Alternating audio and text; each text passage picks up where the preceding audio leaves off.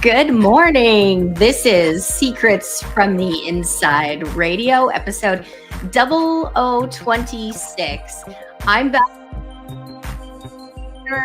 and your neighborhood truth teller, and I'm thrilled to be here live with you this morning. Greg Meekin is going to be joining us shortly. He is in the green room. Guess what he's doing right now? Take a guess. If you guessed signing autographs, you're probably right. We have so much to talk about this morning. We're going to get into all kinds of breaking news. We're going to talk about, Alberta. Yes, that's right. We've got so much to share about Alberta this morning. I could give you a teaser. I get just a few minutes to kind of, give you some breaking news out of there. So I happened to catch an episode of Unsolved Mysteries. Do you remember that show, Unsolved Mysteries? Well, it's back. In fact, you can find it on Netflix.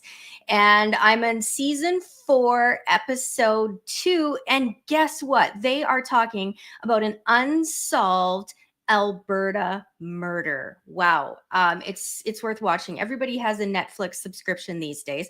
So that's a pretty important one you want to get your hands on. Watch that.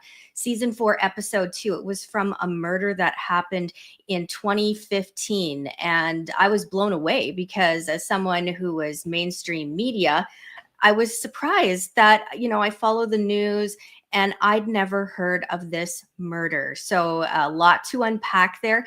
It's really important. So definitely check it out. I want to talk all about tariffs this morning, especially the one that's coming Canada's way on day 1 of a Donald Trump presidency, which is just around the corner. As Greg says, everything changed November the 5th. But I'm a real, number crunching, fact checking, obsessive fact checker. So if I'm wrong, you let me know. But I'm doing my math. I'm doing the numbers. And this 25% tariff, that's just the starting point. Because when you unpack, how do you get a 25% tariff versus a 22% tariff or a 39% tariff? And what is this going to look like for Alberta? Well, we have to start peeling that onion back. And those human right violations, all that stuff contributes to the number of the tariff. And when we hear there's more fentanyl coming out of Canada than South America, which directly impacts the lives of Americans and kills Americans, and that's happening on the Canada side, being the biggest contributor of that fentanyl going through, that's scary business. So I want to get into some of that, but Alberta is like a hotbed. It's a dumpster fire right now. And so we're going to unpack all of that. Greg will be in just a moment. I want to welcome all of our guests. And just a quick recap, Greg and I were able to catch up over the weekend. We were on SLLR radio show, which was broadcast in, are you ready? 80 countries. 80 countries and heard on over 100 terrestrial radio stations. So if you missed that segment, you missed that show, I encourage you to go back and watch it. The link is on my page. Thank you for following me on X. You can follow Greg Meekin as well. You can find his page, all of his latest and greatest open letters. If you want to know what's happening in the world, you want to be following him on Rumble. That's where all the news, all the latest and greatest stuff is going to be coming out on Secrets from the Inside Radio. GregMeekin.com.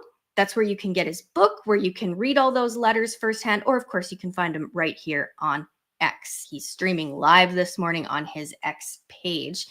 And just another couple minutes with me, and I think Greg's going to be ready to join the show. So what do you want to know? What's on your mind? Do you want to hear today, just how Prime Minister Justin Trudeau was summoned to Mar-a-Lago to meet with Donald Trump the day after Thanksgiving.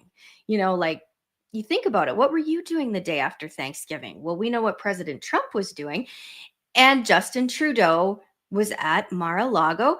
And I haven't officially heard what they dined on, but I did hear some of the conversation, which went into Canada becoming the 51st state.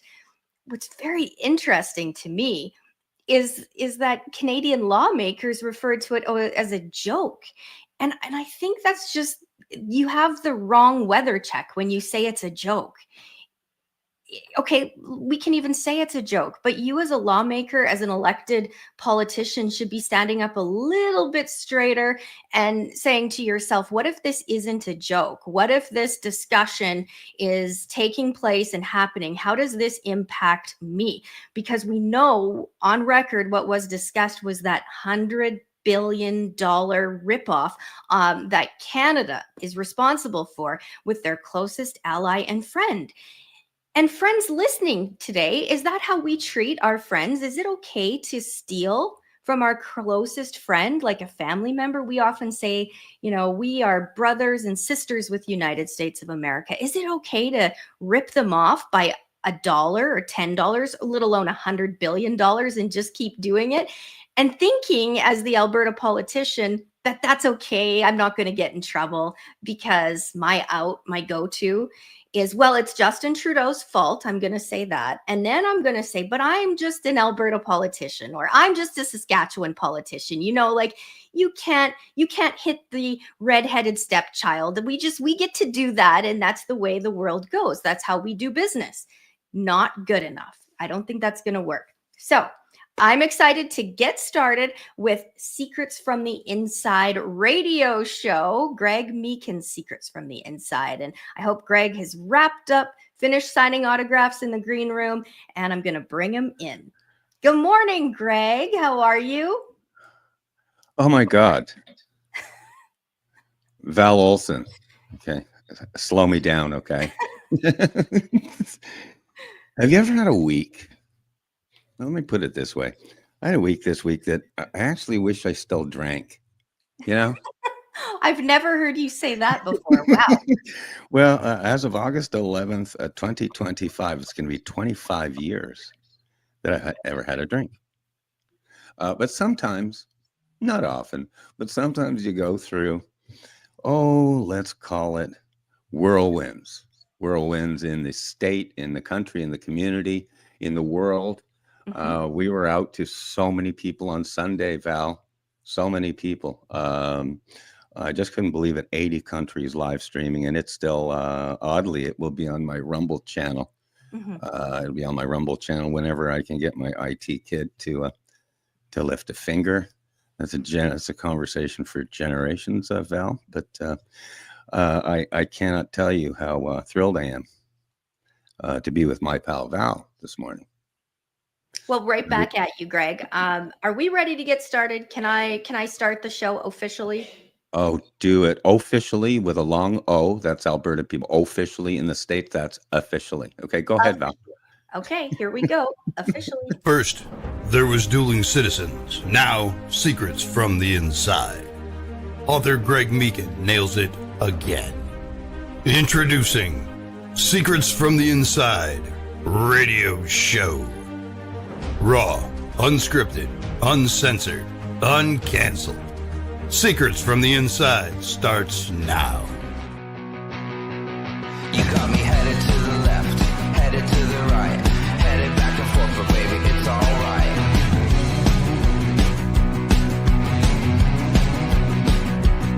You got me going to the east, going to the west, going up and down, 'cause baby, you know best.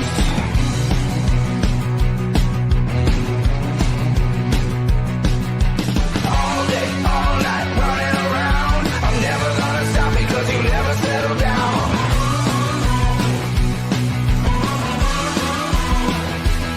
You got me shooting into space, flying at the sun. I'm never coming back 'cause baby, you're the one.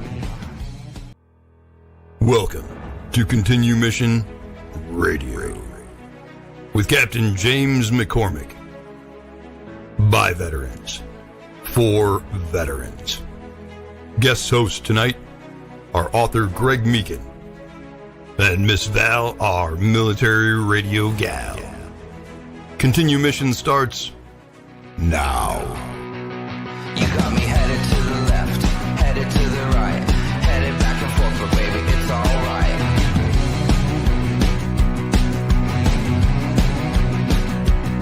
You got me going to the east, going to the west, going up and down, cause baby, you know best.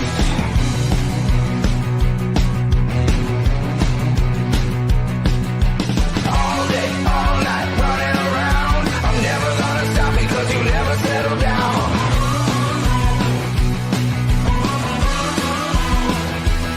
You got me shooting into space, flying at the sun. I'm never coming back cause baby you're the And here we go. Good morning, Greg. Wow, what a introduction, eh? What an introduction. Secrets from the inside, right out the gate. As they say in Alberta, they forget the second word of out the gate. The introduction that you just played, Val. Today's going to be, just going to tell you, I think just kind of headlines. There's so much going on. Bulletin board, post-it notes. I'm going to start with two major breaking stories, and not garbage, not copy paste. Major breaking. But before that, I got my referee's jersey on. Val, I'm ready to get in between you and the government of Alberta. And congratulations again. You see my referee's jersey. You got to have the stripes on the sleeves. Otherwise, you're a loser lineman. You're not a referee. Blah blah blah blah. I instigate the fight, and then I mitigate it and break it up. Right, Val? Anywho, I'm digressing already. I mean it. I got to slow down. Let's just go real fast with some breaking stories. But boom, let's talk about two or three things right now. I have confirmed that Ron DeSantis is going to be the next Secretary of the Defense. Yeah, under Trump. Trump's team of rivals and his island of misfit toys. My son in Florida, I've got a comment. I'm waiting for a comment here from my son in Florida, who is living the American dream in Florida. With Val, you've heard this, with La Mesa RV in Fort Myers, Florida. Are you kidding me? Florida right now is the American dreams of 1950s handshake world. Okay. I think they're going to be upset that Governor DeSantis, who is one of the best governors I've ever witnessed in my 65 years. Oh my God, I'm losing count. He is what Florida is what America's supposed to be. I'm never across the board. It's 80-20. I've disagreed with a lot of stuff that Governor DeSantis policy and a few other things. But what people don't realize, Ron DeSantis was losing badly his election when he first ran for governor. Check it out. Get your iPads out. Get your notepads out today, right, Val? Get your post-it notes out today. Ron DeSantis was losing, I think, by multi-points, going off of memory, about 6 points plus, running for governor. He was going to go back to the private sector. See you later. Until Donald Trump parachuted in. Okay, fact check me on that. DeSantis won. The rest is history. So that's it. That's a busting headline right now. I've confirmed it. Okay. So second thing, this is personal. You know this, Val, because no matter what we plan for a week or a day or a month or whatever, I always say if you throw a party on a Saturday night, even a big one, the party just ends up in the kitchen anyways, right? Don't make any plans. Sure. Don't make any plans, other than to wake up in kindergarten today, and that's it. But this really bothered me, and this was out of the blue. This was beyond our show prep plans and what we've been doing radio this week, and a lot of behind-the-scenes stuff this week, Val. A lot of email, a lot of text, a lot of, special secret agent database communications, that kind of thing. But what really bothered me was the killing of the United Healthcare CEO this morning. I'm telling you. 50-year-old guy. I know you would have the story handy, Val. You might want to maybe just do the first paragraph to catch people up who haven't heard. This really bothers me. There is, and I'm just going to say too, now, between now and our inauguration, which is I think January 20th, last I heard, and beyond. I just wait for the headlines every morning, Val, and there's going to be a lot. If anyone wants to have an entertaining year, just get the popcorn ready for 2025. Every morning there's going to be a new headline. You already have one or two already here, Val, and we haven't even started our show. Well, I'm just going to take a minute and bring those of you up to speed. The CEO of United Health's insurance division was gunned down this morning outside the Hilton Hotel in Midtown, and what police are saying is a targeted attack. Brian Thompson, age 50, was at the hotel. He was there extra early, around 6:46 a.m. this morning. He was going to be attending a conference when a masked man, allegedly waiting for the CEO, repeatedly shot at him along 6th Avenue before dashing off on a bicycle. Police sources told the Post this morning. He was hit in the chest, prompting a desperate attempt by first responders to save him with CPR, and they were not successful. And he's 50 years old, okay? That's way too young to die. I don't know why this bothered me, really, but of course it does. I want to, as you always know, Val, we don't take just headlines. We drill down a little bit. I have, as we speak, I'm still waiting to hear on a second confirmation, but I have inside connections with United Healthcare, and at this moment right now, obviously their employees are devastated, but no one really has anything to say. Really, no comment that they know as much as just what the news is telling us. And indeed, here we are, Val, you and me, breaking this news too on our network, and it disturbs me. Sadly, I think we're going to see more headlines like this. I saw headlines this year that I would have never believed. Again, in my 65 years, I saw assassination attempt. Two plus. It's the ones we don't know of. And by the way, everybody, to any partisans out here, assassination attempts are made on every president. Ask President Obama. Seriously, being president's serious business. And as we know, and as I found out, I watched, I'm going to say my president, I'm full disclosure. I've been writing and voted for Trump, whatever. But I got to see, it's one thing to talk, it's another thing to do. And I saw my president standing there on the podium, raising his fist, telling us to keep fighting. Yeah, for a bullet to come, just like, picture just how close that was. And then his, you never know what your last words are. And he took his moment not knowing, what's happening, which way it goes, to give a very clear message to the public. So, it's so sad. A 50-year-old gunned down. The last thing I guess he sees is someone with a mask on, and that's it. And assassination attempts are real. They happen. Your life is precious. You just don't know, right? So you want to wake up in kindergarten every day, as you say, Greg. And I've confirmed a couple of times, and you'll see this more, especially this is going to be jumping to Trump. Why not? We have a ton of stuff to do, but we do long form radio. We once sat here, Val, get this, starting a show like this has kind of been just, relaxed and easygoing little campfire chat style so far. By the way, we busted a lot of news already. And secondly, I'm so proud of you. I want to take I'm going to digress 100 times today in my show, because it's my show. It's my show. I can digress if I want. But I've confirmed a couple of times. You'll hear this. Donald Trump, the assassination attempt that almost killed him. I mean, literally, we know, really changed his life and his outlook. There's two things right now that just you won't see in the mainstream media. Number one, how changed he is as a guy. If people don't know this guy's just a granddad. He's just a dad. He's the best listener in the world. He cares about people. I don't even want to hear it. But to that he will say, and Don Jr. said this, that changed his life. And I really relate to that, because as I said, I talk a lot about being 65, and for the first time in my life, realizing my own mortality. It's just the way it is.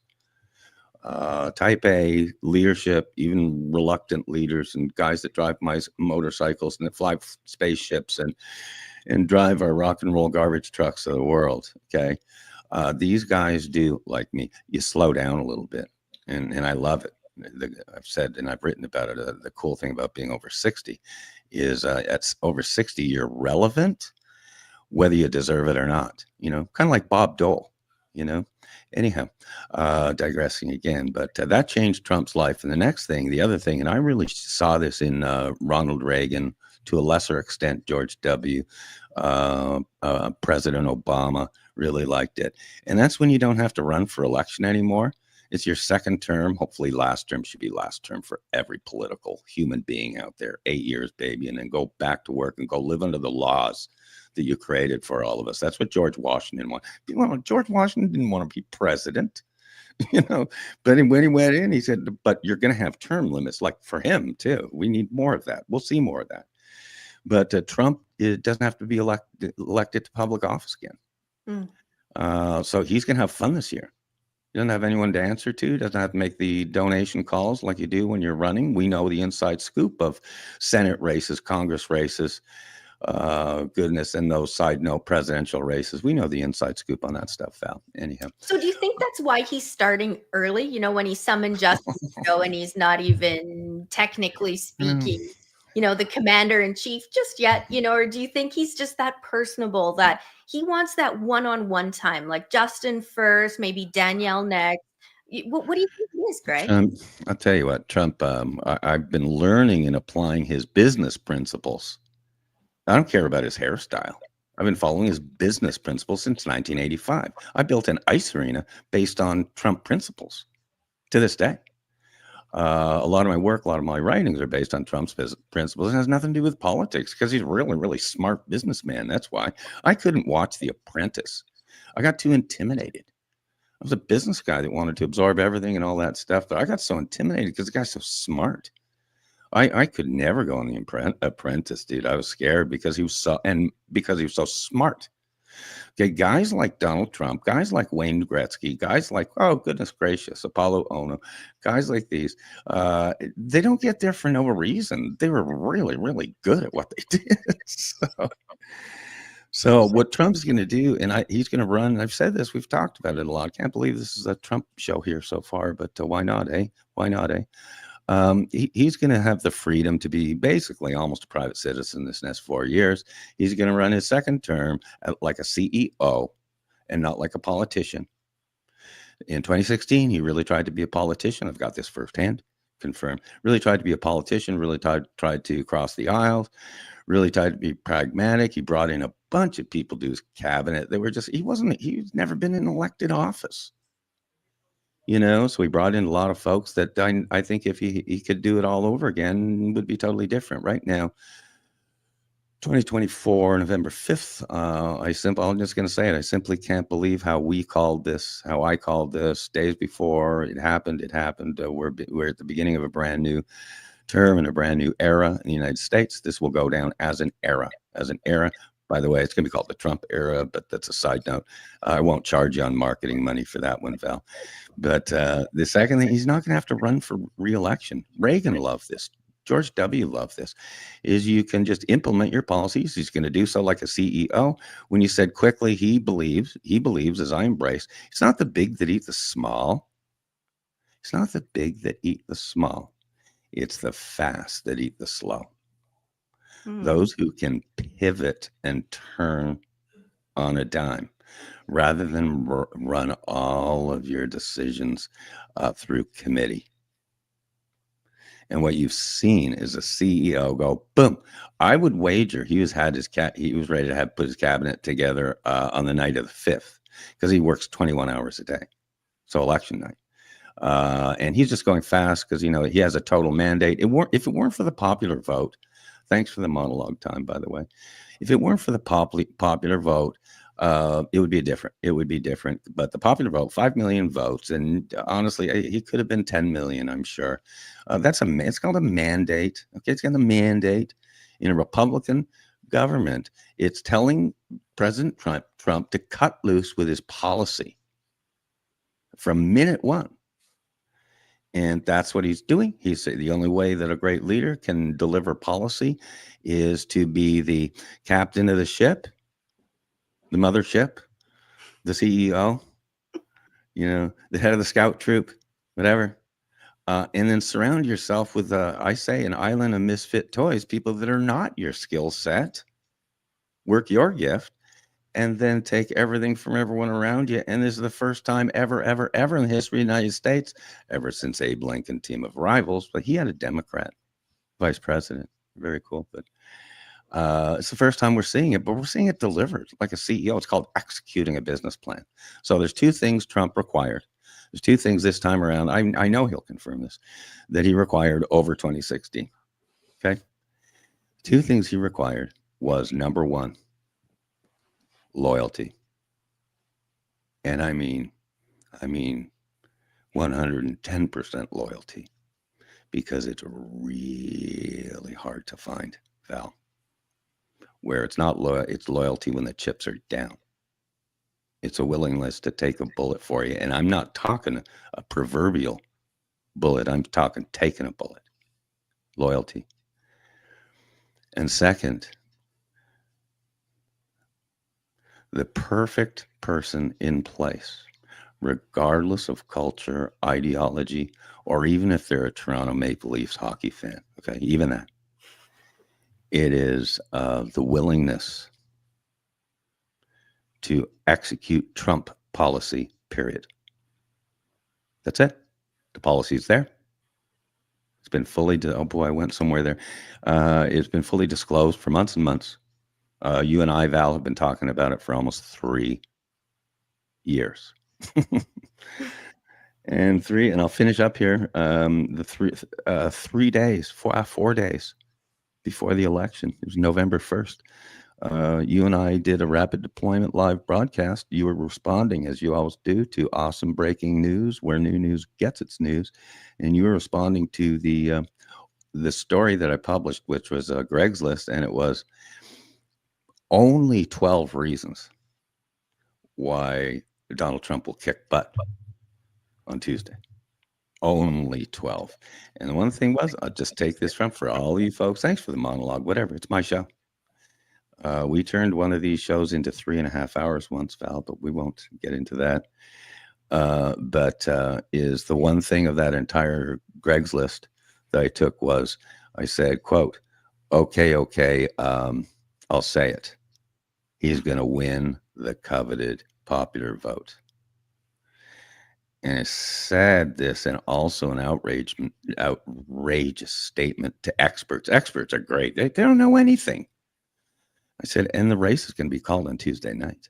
It's not in an Al Gore, you freaking Florida Supreme Court case 2 months down the road. On Tuesday night. Yeah. Boom. I'm going to take a break here. Just thank you. There's more. We haven't even got into anything yet, Val, but thank you. I mean, from the bottom of my heart, thank you for that. I'm going to turn the mic back to you. Take 2, 3, 4 minutes, whatever. I'm going to decompress. Welcome to Secrets from the Inside Radio.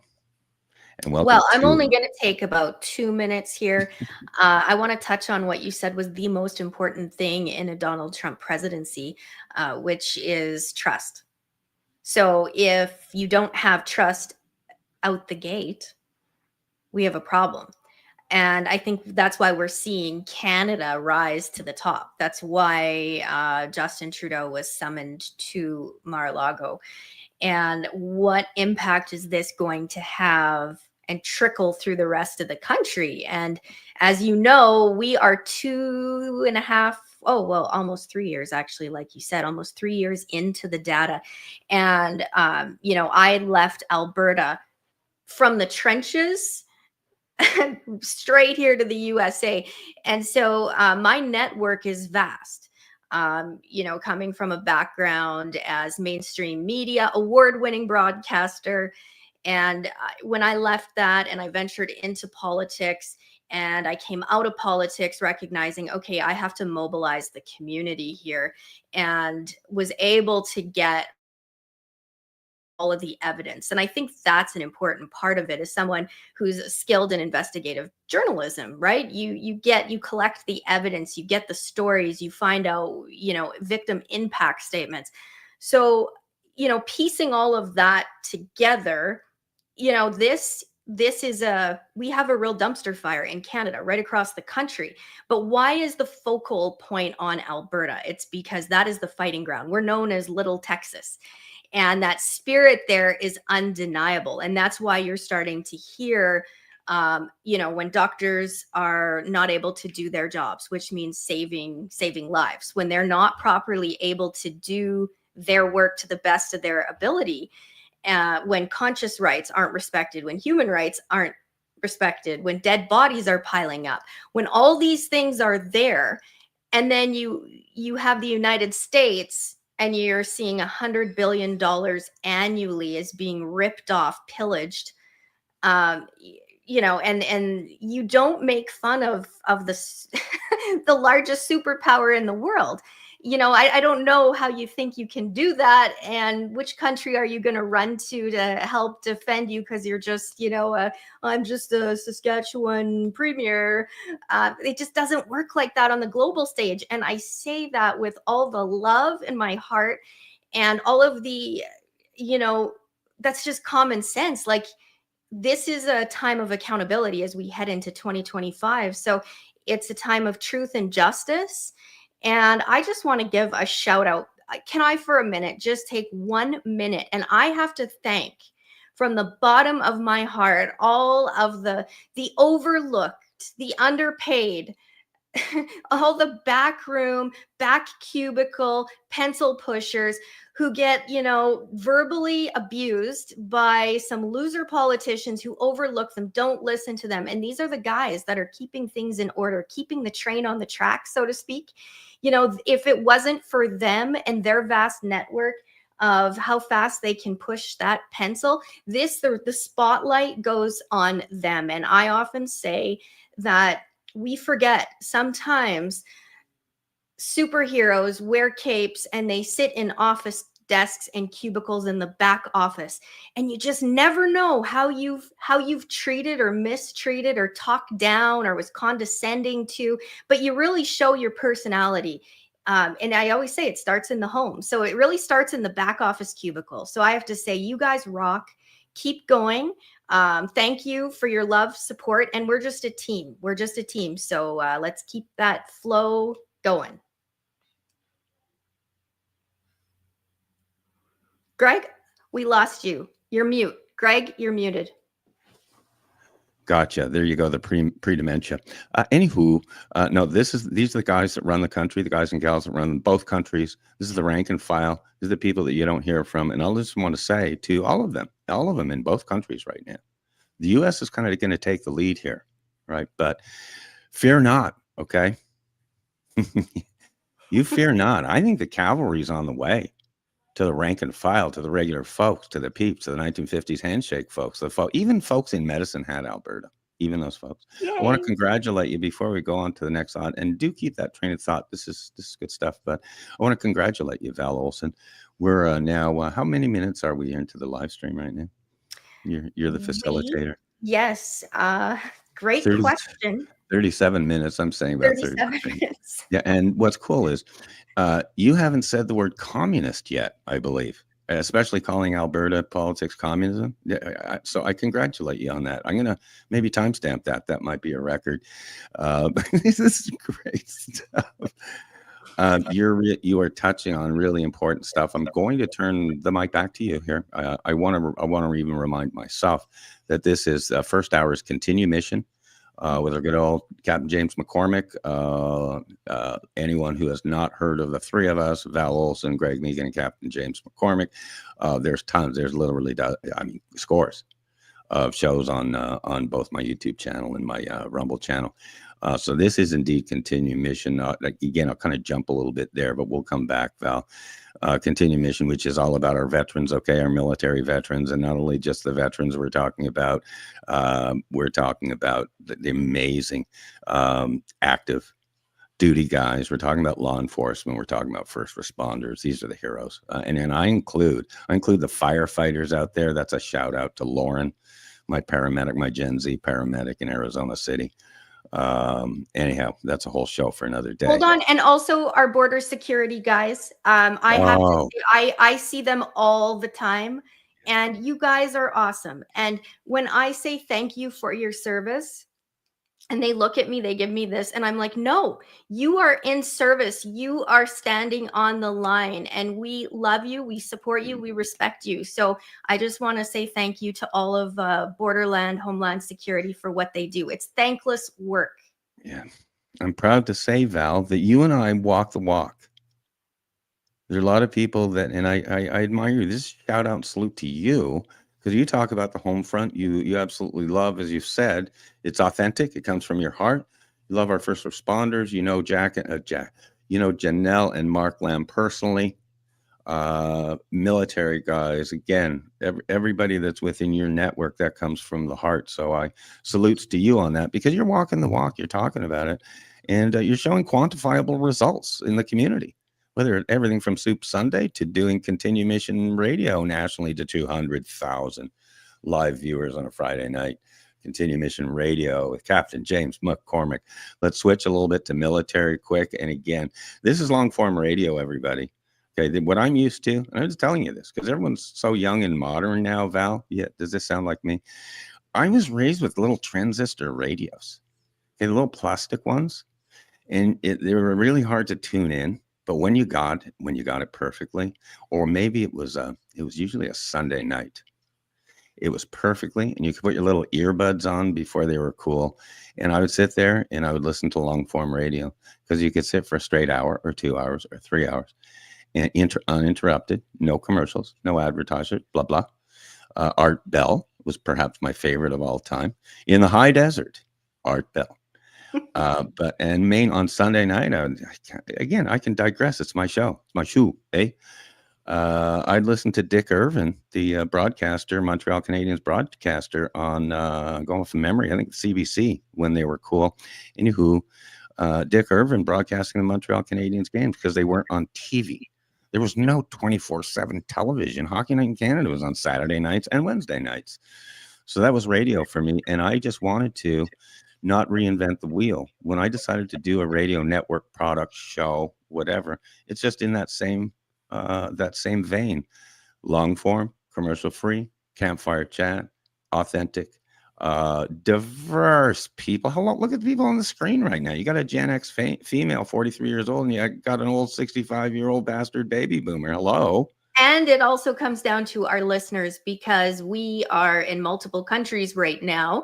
And I just want to say good morning to Randy. Randy says Trump needs to gain support from a few rhinos, perhaps by public pressure raining down on them, just as his tariffs on Mexico and Canada.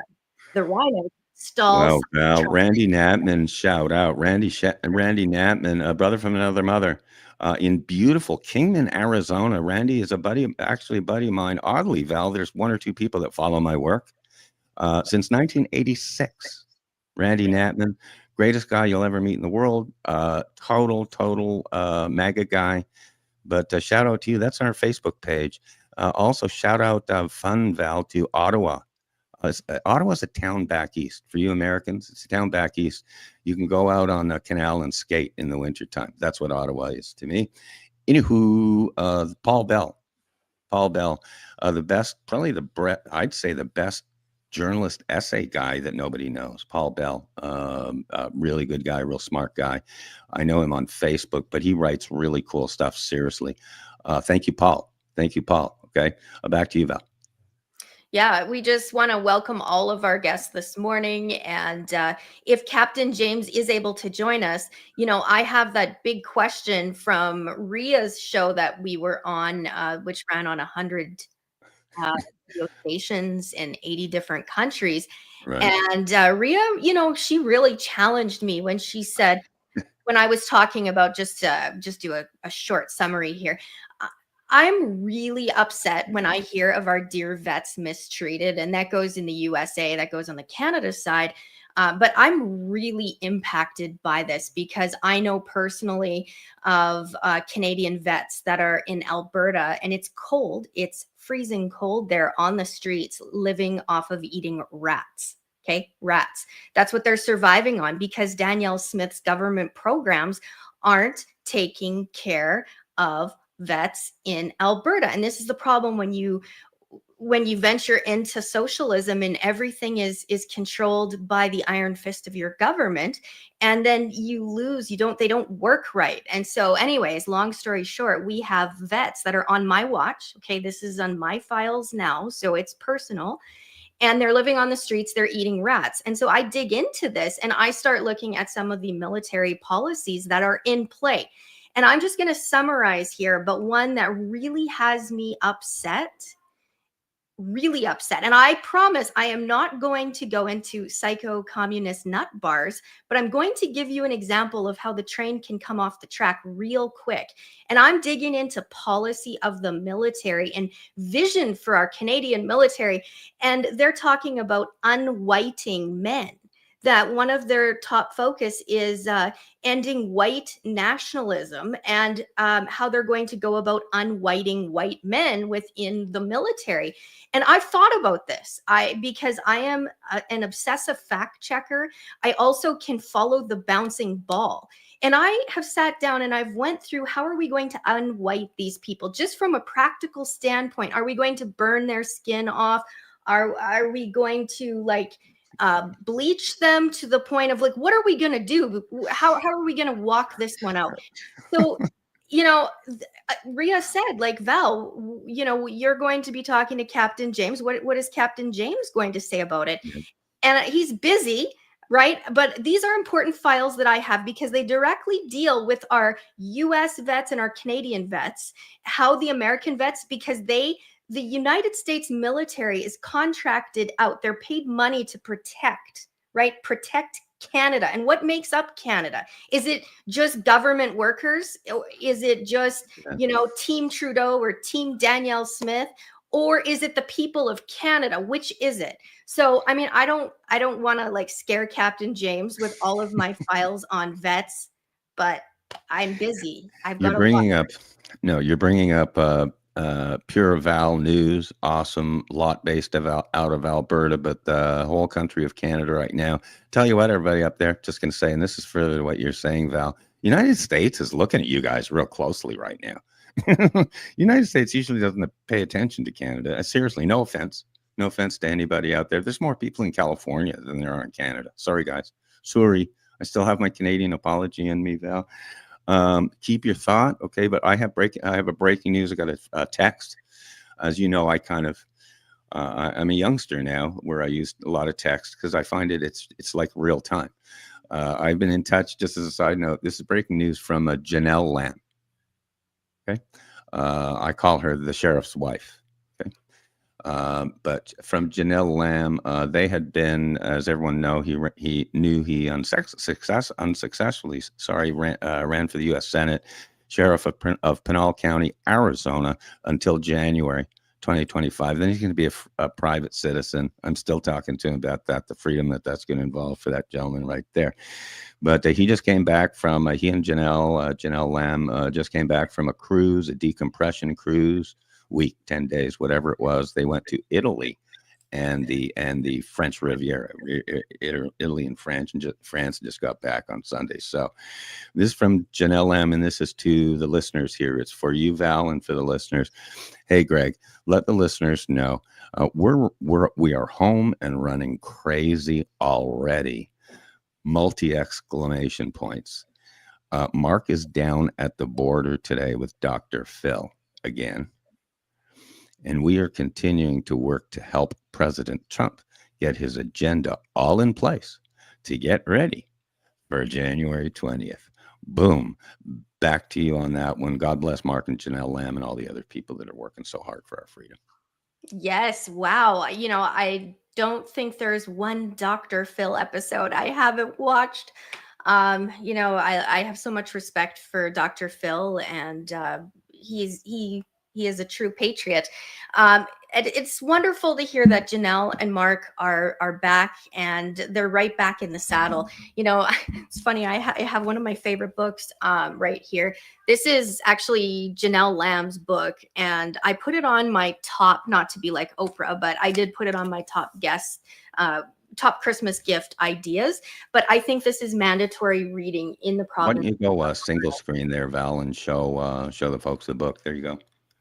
Better looking than me. So There you that's Janelle's book, Bravery and Blinders. This is her second book. But it's my favorite. As you can see, there's lots of notes in this. I think it should be mandatory reading in schools across the United States for young women.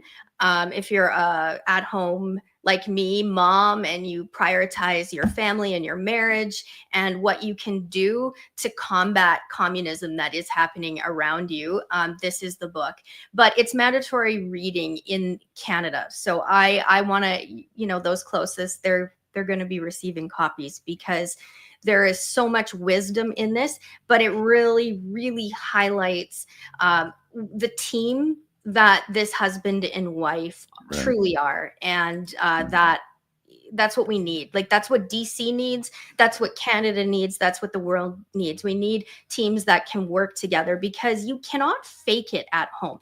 And I'm going to take a minute and just touch on this, because you can go out and you know, be the most public politician, and I'm just gonna you know, give a generalization, but let's just say you're having an affair on the back end, and you're trying to manage a province, and you're meanwhile like having an affair, and you're running off living a double life, things like that.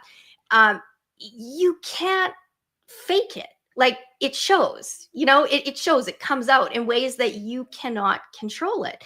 And so whether you're in a state and you're doing this, or you're in a province, it's the same shit, right? Let's just call it what it is. It's garbage. If your morals aren't in check, your scruples aren't there, and you've got all this, you know, stuff going on in your world, and you think you can juggle it like you're a superhero, it doesn't work like that. It comes out because you live in a fishbowl. Just like the people are in a fishbowl, politicians are now finding themselves in the same fishbowl. So people are going to start asking you about accountability, and they're going to say, no. Before we talk about your budget and your money and your economic plan, I want to know if you're for helping me die, like the government medical assistance in dying program. If you have a government that wants to kill its people, okay, just let that sink in. Just let it marinate in your brain. If your government wants to help you die over making it easier to live right out of the Alberta gate, you've got a big problem. So we Now need you're to have people with vision. And with Mark and Janelle, this book, there is vision, there is a plan, and there is time-tested recipes in here for how to make it work. So back to you. full disclosure. The cool thing is, you and I are not paid spokespeople at all for the Lambs. I've been asked for that No. before. It's from the heart. It's authentic. And a side note, talking about her book and talking about Mark's book, she's got phenomenal books, American Sheriff. We've done broadcasts on these. There's tons of clips still on go on my YouTube and search my YouTube channel, which is Greg Meekin, and search Sheriff Lamb or the Lambs, and there are dozens of clips there and full videos and stuff. And so we've been talking about that. And I also went a step further, because I think the more you talk to them, and the more you talk to the James McCormicks of the world, the Val Olsons of the world, and the Greg Meekins of the world, we want to teach a message for folks that can hopefully make our lives in the country better. And with the Lambs, I did full book reviews. I don't often do this, Val. You know, I used to do this in the old days, but I did full Greg Meekin book reviews. There are book reviews, and then there's Greg Meekin book reviews, right, Val? But I did two on Mark's books, and one on Janelle Lamb, the one that you were holding right in your hand. Or the first one was The Sheriff's Wife. So that is, I believe those are on, I believe those are still on my website, Val. But those are really good book reviews, and it's not for the ego reasons, whether it's me or you or even them, Mark or Janelle, they're celebrities, they're stars. It's the message they want to convey, which and directly to the younger generations. Mark and Janelle work directly with the Gen Zs, millennials, et cetera, because that's the whole point. That's the authentic message they bring. That's what you bring. Again, sorry to digress and interrupt on that one, but their work, as you know, just read through their books, and it's just like, honestly, it's just like my book. Read through it, you'll be smarter. You'll be entertained. With mine, you'll be smarter, and you'll also laugh. But with Mark and Janelle, you'll be smarter, but you'll get a really a great perspective on life and our challenges going forward, as you alluded to. Back to you on that one, Val. Yeah, people are looking for a plan. And, Alberta 51 is something that's near and dear to my heart. I would probably win the Guinness Book of World Record on being the most fact-checked journalist that has covered Alberta 51, and now, as Donald Trump is saying, Canada 51. But you're going to see it localized. Don't ever be intimidated by politics and think, these geopolitical issues, always bring it back home. So it starts, we're saying Canada 51 right now, but come on, we know, like Danielle is already scheduled. She's coming to DC for the inauguration, and that's super exciting. I'm so glad to see that our Alberta entourage is going to get shined up and get a new navy blazer and pearls and hit the road. I would love my treat. I've said, Greg, I would love, while she's in DC, instead of her billing the Alberta taxpayer for lunch, let's do it. Her and I, my treat. I am overdue for a nice dinner out. And I know some peeps in DC. I know some nice spots. I've got it. I've got it covered. And I can put her in touch with some key people while she's here too. Back to you. Since you brought up Alberta, Val, it's so weird for you to bring up Alberta in one of our conversations in the last 3 years. Anywho, since you brought up Alberta, I'm going to say we need to do there's no promises here. I don't make promises in life, but we need to do an actual Alberta 51 special, a rapid deployment broadcast. Okay. And remind me on this. I'm trying to do as little as I can. I'm a busy boy these days, as you know, but let's try and do that, and kind of a total Q&A. Right now, I don't know if anyone noticed, but we had an election on November 5th, right? And I've been saying for over 2 years that this election was the tipping point in Alberta 51. Blah blah. We have a lot of talks about that behind the scene, Val.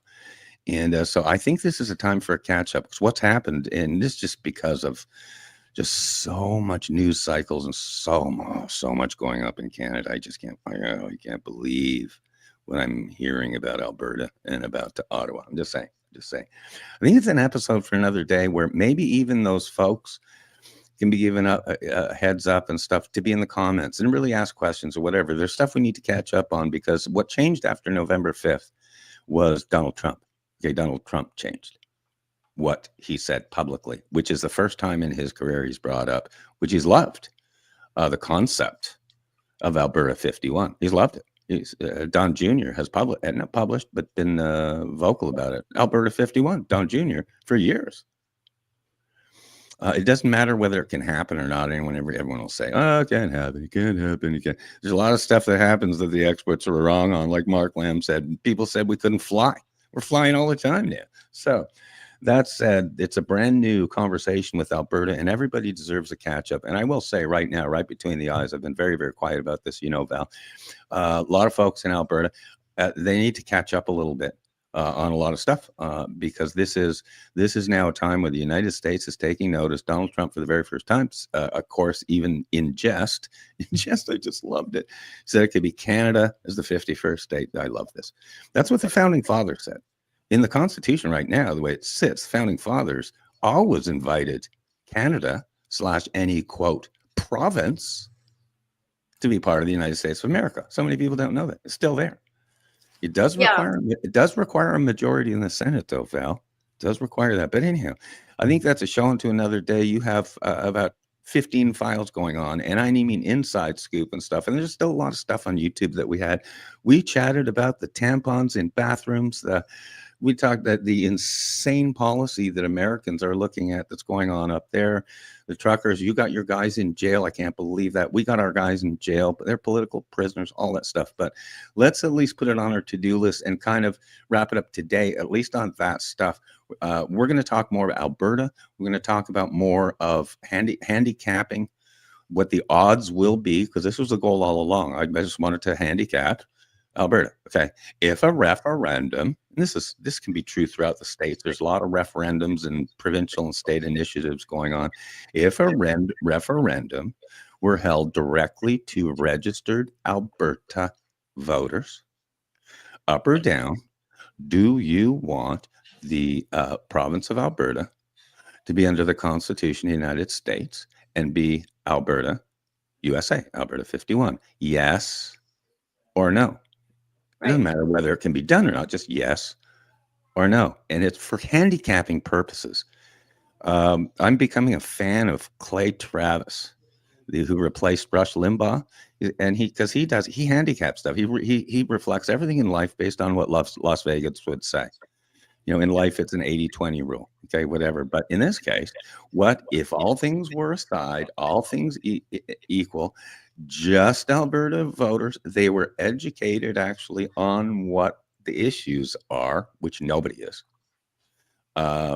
Yes or no, and we'll go from there. Can I go ahead, please.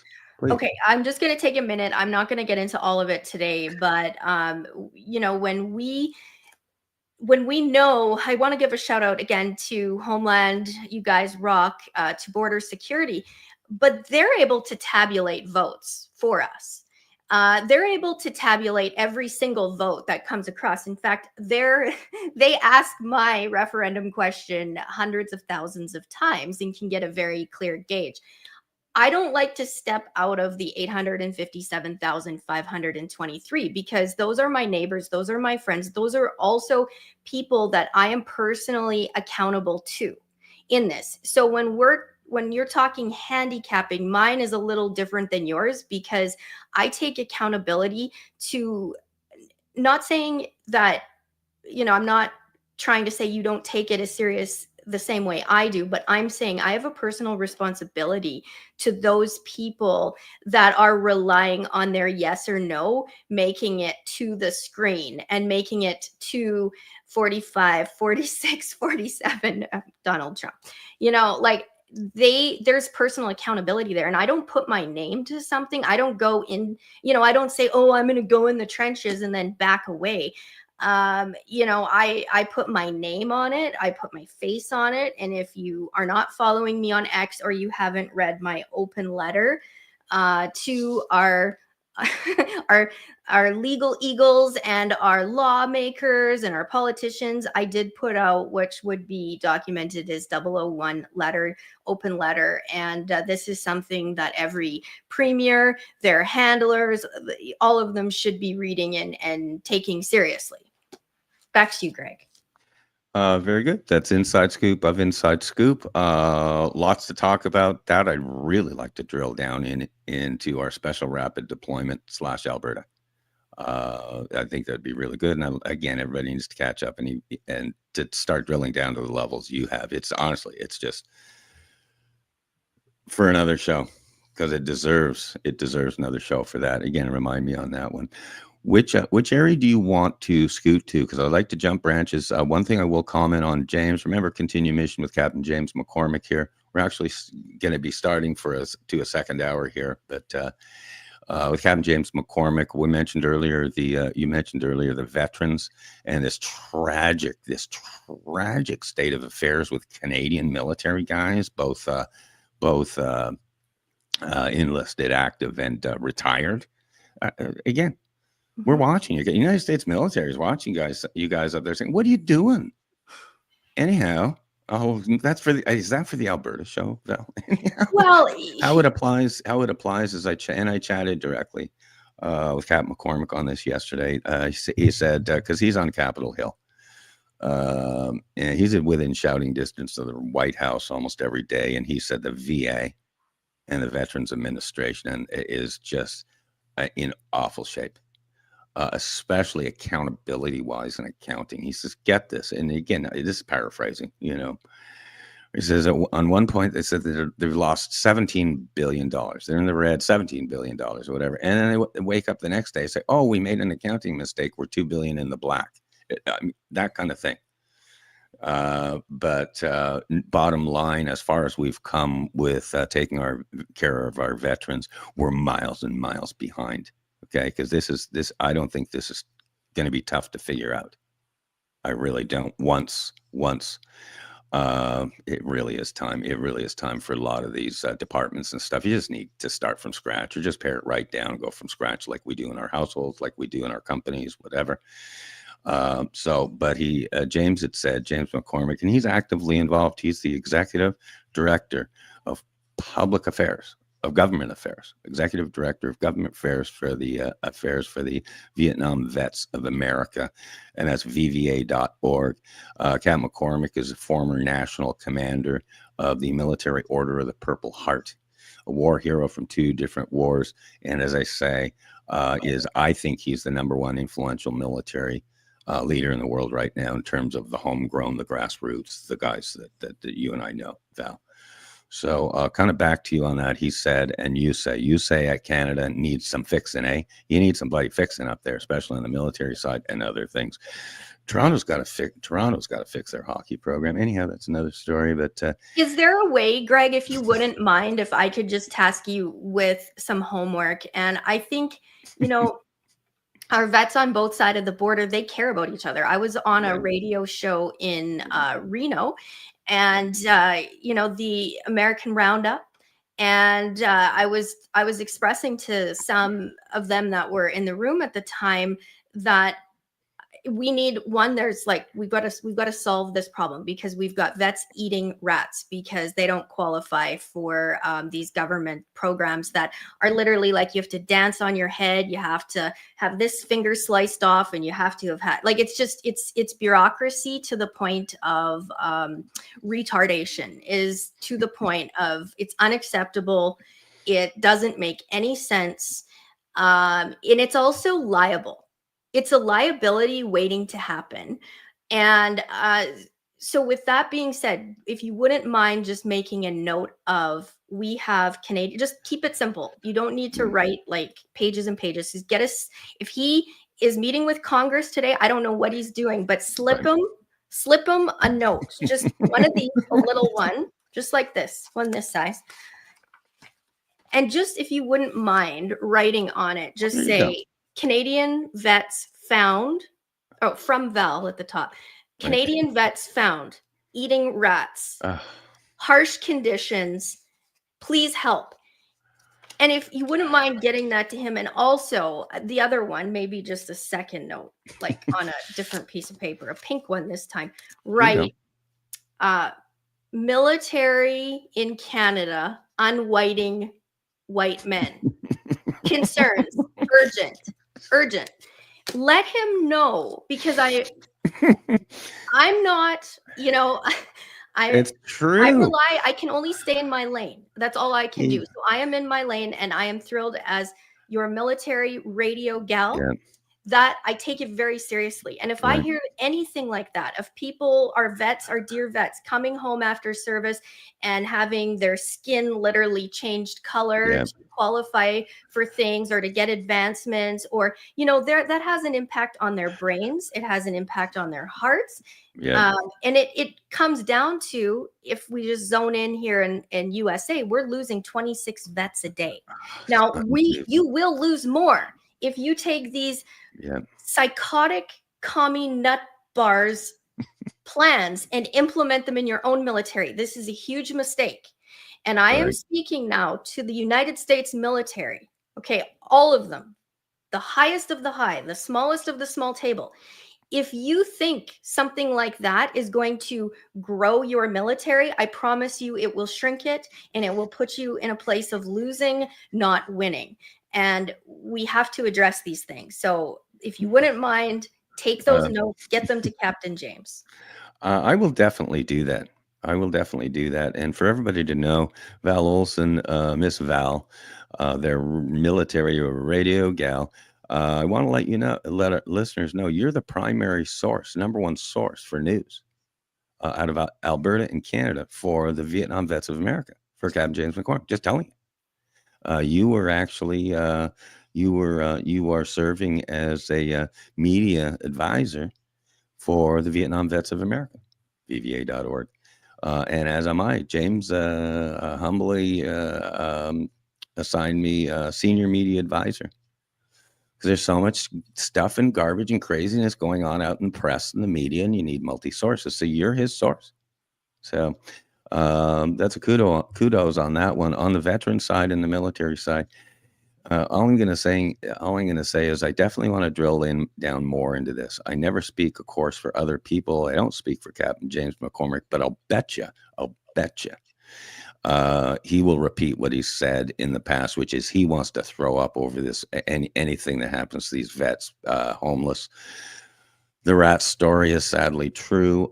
It's an absolute tragedy of what second-class citizens these military vets live with, both in Canada and the United States, and we could get out abroad too. I don't even jump out of North America because it's too large and it's too tragic. But what he would say, it's appalling. But what he would also say, and as we always profess, Val, is, okay, what's the solution? What's the solution? And I would almost wager that that Ron DeSantis, that move with Ron DeSantis becoming the defense Secretary of Defense over Pete Hegseth, what I'm totally gut here that it's because of DeSantis's executive ability. To be a great governor, you got to be a good executive, not executive. That sounded Alberta. Not a politician, not an administrator, not a glad hand or an executive. And I'm sensing that the VA indeed is going to probably need to endure a really good scrubbing. And let's get this garbage over with as far as this any kind of. We got plenty of money. Don't get me started there. We got plenty of money, Val. Right? Don't get me started. But the VA and the VA hopefully total overhaul in terms of getting great quality. We got great quality healthcare in the United States. There's beautiful healthcare models out there. You don't need to reinvent the wheel. Kaiser Permanente in the Northwest was fabulous to deal with. The doctor's clinic in Washington State, fabulous to deal with. You can do it, but why can't we do it with our military vets? So I assure you there are changes in the wind there. I assure Donald Trump is obviously aware of this. And I assume Elon Musk is looking at it from an efficiency standpoint, as is his pal Vivek. I'm sure they're peeking at it. Because in the end, the vets need to get better care. Okay? So I think that was a mini rant. Back to you, Val. No, that's really good. And I wouldn't mind if they need assistance or help. I certainly would prioritize those files. Taking care of our vets is an honor, and it's also a duty. And I don't shy away from duty jobs. So not just dirty jobs, duty jobs, equal. And, I can stroke making that connection for Danielle Smith and Ron DeSantis off my list because they're friends and acquaintances. And it just shows you like how small the world is, just what a little fishbowl we are actually all in. And sometimes, we just have to find different pathways to make these connections and sit downs. But I truly believe that everything, these global issues, these geopolitical issues, these crunching numbers and all this stuff is just, it comes down to the dinner table. And as Donald Trump, it's almost like he's reading my work or listening this morning. He uses his table at Mar-a-Lago so appropriately. I just, I love that. I love that he sets the table and that he brings them in. It's personal, it's one-on-one, and you can problem solve. There was a great picture of Justin was smiling and he didn't look the way typically that you would expect a prime minister meeting with a president that you've trashed, that you've disrespected. No, he felt like he was part of the team. And there are pictures of Justin where he's off to the side and he's like he's at big important meetings and he doesn't fit into the group. My heart hurts when I see that kind of stuff. But he was in the middle. It was like a love sandwich, a USA love sandwich for Canada. So, I look forward to seeing the next love sandwich that's served up around Mar-a-Lago, and I hope to be around that table too, especially when Alberta comes to town. I want to be there. Make some soup for everybody at the very minimum. Back to you. I could just sit here and be entertained by you just dancing around these issues and then getting ready to just punch someone in the nose. I'm so entertained listening to you and to your monologues. I think you are with me sometimes, but it's been a blast, I will say. Let me at least just kind of wrap up this stuff. We haven't really got. It's been so unstructured today, but it's okay. You hold your thought, because now it is time for Secrets from the Inside. First, there was Dueling Citizens. Now, Secrets from the Inside. Author Greg Meekin nails it again. Introducing Secrets from the Inside Radio Show. Raw, unscripted, uncensored, uncanceled. Secrets from the Inside starts now. You got me headed to the left, headed to the right, headed back and forth, but baby, it's alright.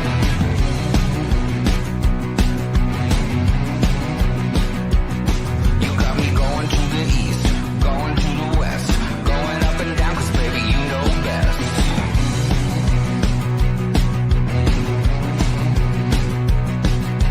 All day, all night, running around, I'm never gonna stop because you never settle down.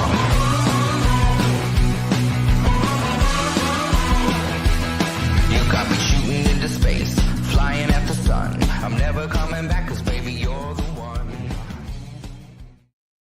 And we are back. Secrets from the Inside. So the currency on this show is you have to spill a secret or two. So Greg, are you ready to make your way into the hot seat here and share a secret, or are you going to pass it off to me? Which is what I'll do is, by the way, here's a cool secret. Watch me just pivot here. I could have 100 of them.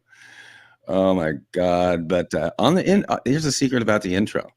The intro, which you just heard, with the music came through here, really nice. I love that song, by the way. That's an awesome song called Head Zap. Anyhow, the intro is homegrown. That the artist is Carson Meekin of the intro, the book cover. The voiceover is the brilliant Chris Branham out of Wisconsin. Oh, dude, look at you, Val. Chris Branham. This is the coolest dude. He does all my voiceovers. He has the second best voice in North America. He's from Wisconsin, second best voice to, of course, Greg Meekin. But that is the cover. That is the Carson Meekin artwork cover. Lots and lots of other stuff with Carson. And then last but not least, the music is hand chosen by me to kind of fill the theme of multicultural, east, west, north, south. And that I licensed that music last year to use as kind of my theme song. Rush Limbaugh had the Pretenders, right?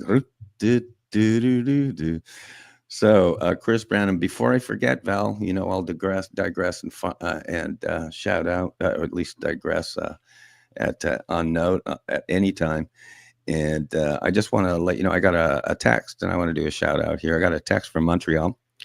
From a gentleman named Derek Gatehouse, in Montreal. Hi, Derek. And it's actually regarding Tanner, my son Tanner in Seattle. Okay, this huge shout out, to Tanner. I'll make him try to pay. I'll make him maybe pay me for this down the road or something. But Tanner, my son Tanner Thorpe, and that's Tanner THORP.com. Tanner Thorpe. Just as you know, Val, I'm a mentor. I love to watch and help teach young people. And Tanner's 44-year-old Generation X guy who was living in both Florida and Tulsa, Oklahoma for the last 4 or 5 years, and just gave up everything he had basically to move back to Seattle to be near his boys. His boys, Adrian, I think, is 13, and Sawyer is 7. He gave up everything at 44 years old, and I'm talking six-figure corporate jobs because of the travel. And he is now so awesome pursuing the American dream from scratch. Thank God he's going to do it. Oh my God, another photo. There's my son Tanner.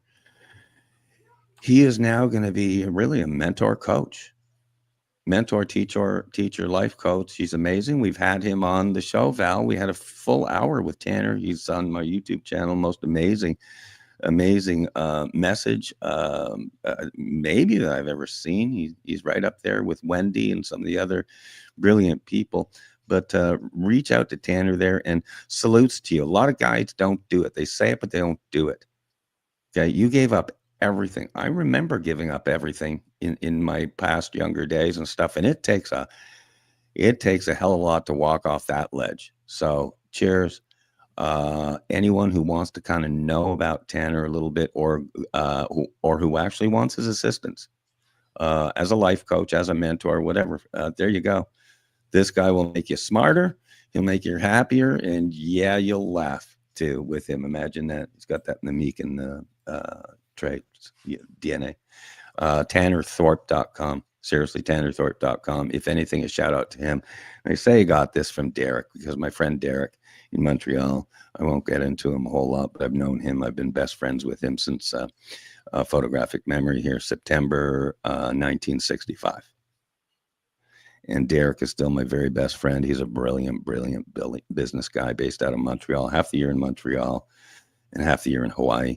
But Derek has taken Tanner under his wing as a student, and Derek has, as have I, and as have you, Val, and anyone knows him. Just cheers Tanner to the rooftop for success, because it's one thing to have the thing, another thing to really make a decision to walk the plank and do something for just your kids. He didn't want to miss them while they were little. So back to you on that one, Val. That's so good, and I think that that's what it's all about. We can take that even to the political realm and say, there comes a point where you are willing to jump off the plank and give it all up. And if we start, even as Alberta, if we want to localize that, we can. You're going to have to give up everything. Are you prepared to do that? I look at the founding fathers of the United States. These are questions that went through their mind. And as we walk into a new presidency with Donald Trump, I think that's the currency. I think that you're going to see you call him, you say surrounding himself with misfit toys. But I think maybe surrounding himself with people that are prepared to not just talk the talk, but walk the walk and have a history of it. And when that becomes the currency of a government, you have a new energy, you have a new flow, you have a new focus, and you will naturally have the best of the best in the world around you, because this country is worth saving and fighting for, and we remain the superpower of the world. This is where freedom is, right? This is the last bastion of freedom. So every Albertan wants to make their way to the United States, and it's just a reunion. It's a coming home. The founding fathers intended it that way, and the law is on our side. And also, when the Canadian politician said, "Oh, don't listen to what Donald Trump was saying. He was joking around. Don't get too excited. Don't get too excited, slaves," because that's really what we are. We are third-class citizens. We're slaves. We pay more money to the government than we take home in our pockets. Plus, that same government rips off the United States for $100 billion a year, and think, well, we can just keep doing it. Like, you can't stop us. I'm Scott Moe. I'm Danielle Smith. I'm Justin Trudeau. Like, we get to do that. That's the game. And it's like, I'm sorry, there's no room at the inn for narcissistic, psychopathic, communist nut bars.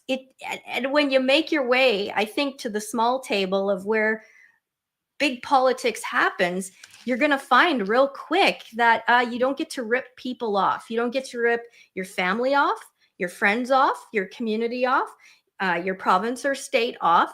And if you do, there's this little thing called accountability, and it also says jail in brackets. Shout out to our loving law enforcement. Yeah, thanks, guys. Back to you, Greg. They are amazing, our law enforcement guys. I want to do a shout out. This isn't real time here, but I want to do a shout out to my new friend Katie Daly in Ireland. I believe she's in Belfast. Katie Daly she's awesome. Her nickname's Alley Cat, and she is a regular on Ria Bo's show that you mentioned earlier. She's got a fabulous hour. I believe Katie is hour 2 of Sunday Long Line Live Radio. And again, Val, we're going to do these links on both your work and my work as far as platforms, because we're getting such a broad reach right now. I mean, such a broad reach. Well, 80 countries. We were featured in 80 countries over the weekend, and 100 radio stations across the world. Yeah, wow. It was just amazing. And Katie Daly she reached out to me because of our Irish connection. I think you know this, Val. I was raised, the dad I never had was Narm Finley, my uncle Narm Finley in Montreal. Carpenter, just base carpenter, pursued the Canadian dream at 19 years old, got off the boat with his 2 brothers at 19 years old from Belfast to Montreal. Montreal was a place to be. And he was hired. And I said this because I've had this dialogue with Katie. She reached out to me by email, and I chatted with her this morning.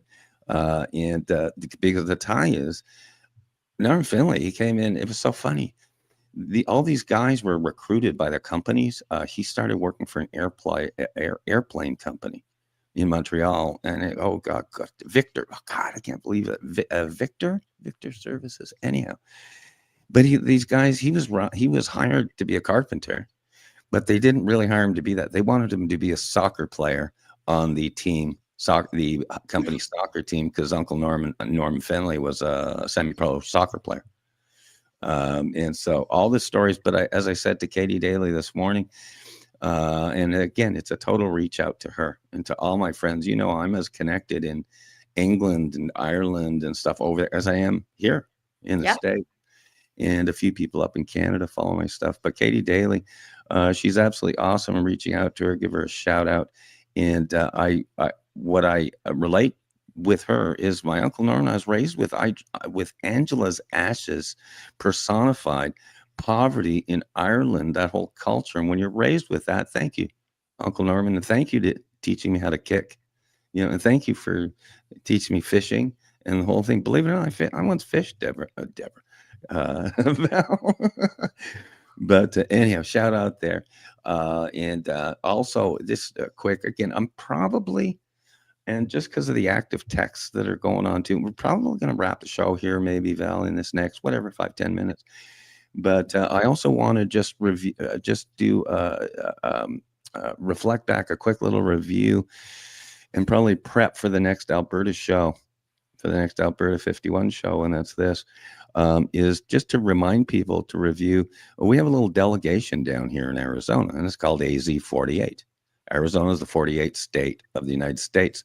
Went kicking and screaming to the union. Anyhow, we're AZ48 because we have been basically the quote promoters, educators, whatever, on the Alberta 51 issue, Alberta, USA, for the last almost 3 years, and on that, AZ48.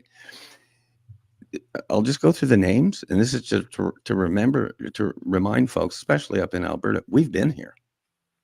Nothing real, obviously, a lot more conversation since November 5th and stuff, but we've been here. It is me. I'm the captain of the Island of Misfit Toys, AZ48. And we have Val Olson, Miss Val, our military radio gal, and you're the corporate investigative journalist at large, formerly from Medicine Hat, Alberta. Only two things come from Medicine Hat, but we'll talk about that another time. We have L. Gordon Kessler. Gordy Kessler has been one of our chief advisors, has been on the air with us, and every day on Facebook is promoting it.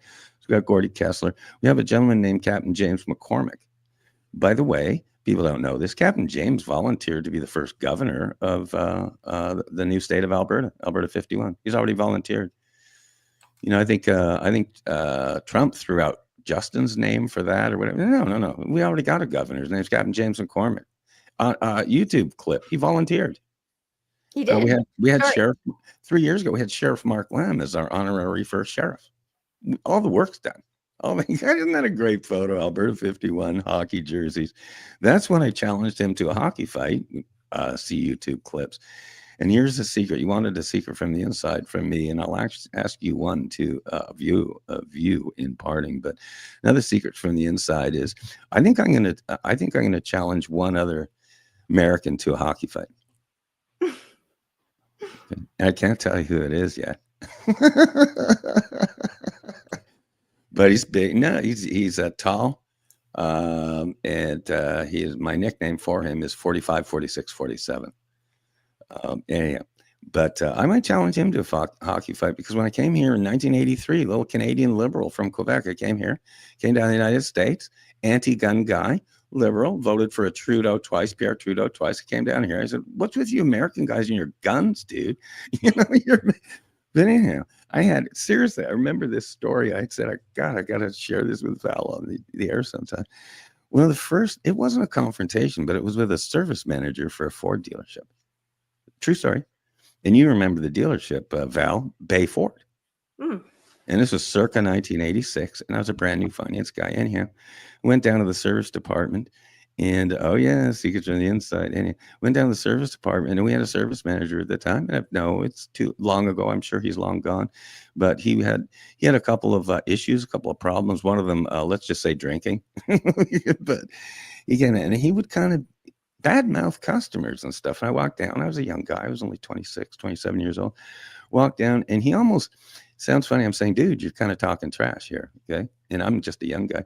And he was tall. I'm guessing he was 6'3", and I am not, 5'9". Anyhow, and he kind of confronted me a little bit. And I swear to God, it was kind of still joking, but I swear to God, Val, I looked at him and I said, dude, let's do this. Let's put a pair of skates on and see how you do. And let's see how you do. So the little rule was there are two types of fighters out there in the world, fighters. And then, mic. Any guys that fight my mic. There are fighters. And then there are fighters who know how to do it on hockey skates. That's two different things. We'll share a story one day of James McCormick in the same type of situation. We'll have that. Maybe that's his next secret. I heard a story of him having, let's just say, an altercation with a gentleman who's over 6 feet a long time ago in James' younger days. It's the most amazing story, but same kind of thing, because James is not 6 foot plus. He's barely 5 something, right? Anyhow, so I'll leave it at that. But if anything, the Arizona AZ 48 team, we are here literally as just a support group, a support team, not only for Alberta 51, not only for Alberta 51, but for the causes, the missions around us, like our veterans, like our first responders, like our kids, like our Gen Zs, like our homeschoolers, like our Soup Sunday folks, where we want to teach the younger generations to be a new generation moving forward. Because everybody, Val, and it showed at the ballot box. Americans talk at the ballot box. Rush Limbaugh used to say, never underestimate the American voter. Never, because they're smarter than you think. So, if anything, to everyone out there, it's kind of a sign off. I'll turn it back to you honestly, as much as you like here, Val, and I'll have you do the wraps whenever of literally a bullet point of where people can find our work. I thank everybody, no matter what, on Facebook. Again, Randy, Paul Bell, and the other guys. We have Grizz didn't pop in today, but he will next one. And I'll just turn it over to you here, Val. No matter what, we will have future shows coming up. And most importantly, we will hopefully, again, have a standalone Alberta show. Kind of enough on that issue today. Do you know what I mean? I'll just do just a quick rapid rundown of what we covered today. Probably most important, we touched on tariffs at the beginning. You can go back and rewind and just kind of teased on how is the US coming up with 25% or 37%. I've also given Greg a little homework assignment. He's going to run these sticky notes here that I have to Captain James, who may or may not be in Congress, but he's within running distance. Get these notes, and just what we touched on earlier in the show today, that we do have vets, our dear vets who fought for freedom, and they return home, and here they are in Canada, in Alberta, living on rats because they're not qualifying for government programs. So Greg's going to get a sticky note on that to Captain James. As well, we touched on policies and visions of our Canadian military, and my concerns of how they're going to unwhite white men, because white men are a target to the Canadian military. They want to end what they've classed is a problem, and that's the white man. They're using the white man as an example and how they're going to end that. But Val has concerns, obviously, how do we unwhite people? So that's the second note there. Now, the currency is secrets from the inside. And I am not going to leave you empty-handed here. Okay, this is probably a big one. I was recently in Atlanta, and I met with somebody who had the highest level of security clearance that it made it difficult for her to answer some of my questions, because I'm an obsessive fact checker, and she spent her years in the basement of the Pentagon. And I ran into her in Atlanta as she was en route to Montreal, and she had just been in Rome, okay? And she had spent her career in the military. And so I was able to talk with her about what it was like to be a woman who served in the military. What was the treatment like for vets? What needs to be improved? Some, border stuff. It was just like amazing. It was amazing to hear about what it was like to be in the Pentagon. And like I said, she couldn't answer all of my questions. And I'm just going to leave it with a shout out for her this morning. Good morning, E. Meeting you was one of the coolest experiences of my life. So yeah, that's a secret from the inside, just a trip, right? Just a trip to Atlanta, and to make a connection like that when you're least expecting it was very cool. So that's a secret. I that's the first actual contact that I've made with someone who could answer my questions about what it's like in the basement of the Pentagon. Because there's just one little area that I'm really focused on in the basement, but I'm not going to get too much more into that. That's another secret for another day. But there's a part 2 to this secret. While I was there, I was able to catch just a few minutes, and I don't want to have a spoiler alert, but this guy has a big show on Yellowstone, and I was able to catch some of it while I was there. So that was very cool. That's a secret from the inside. Well, there you go, Val. Awesome. By the way, we got good big stuff to talk about in future episodes. We do. That's just a tease. So thank you for joining the show today. We have quite a few people that are hanging on till the end here. We love you guys. We are excited to have you on the show with us.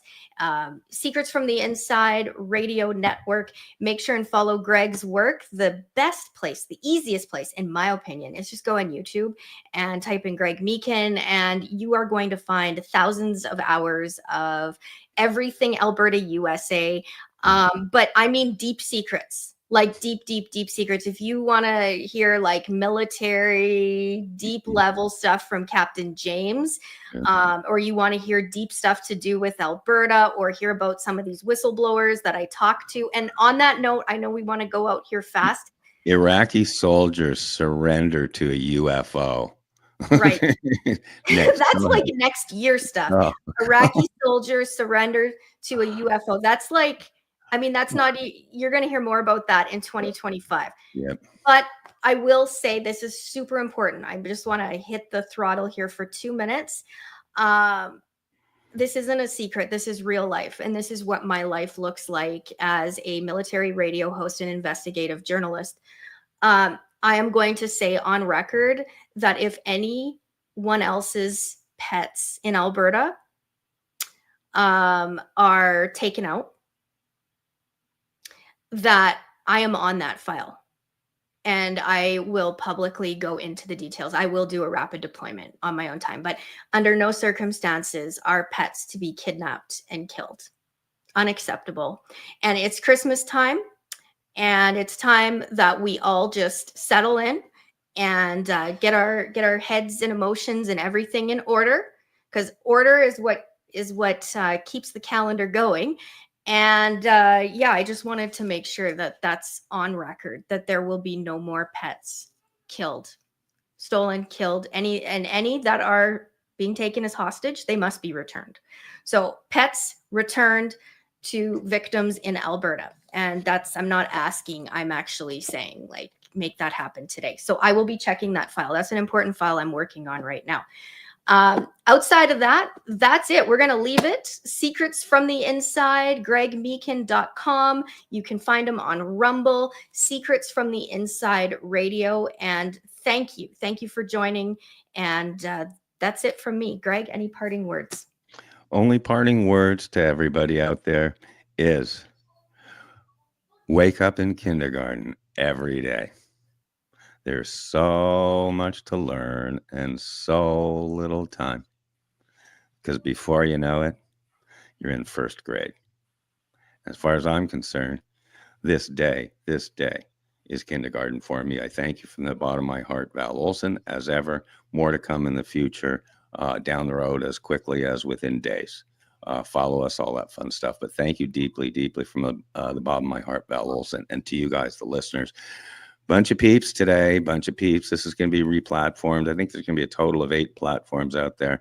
But we're talking multi-countries, of course, Canada, England, Germany, Australia.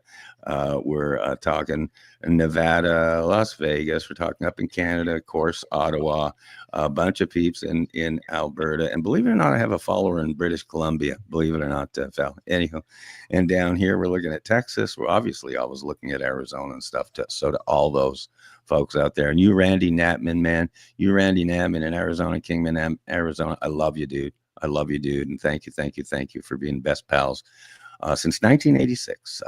See you later, Val. That's it for me today. Appreciate it.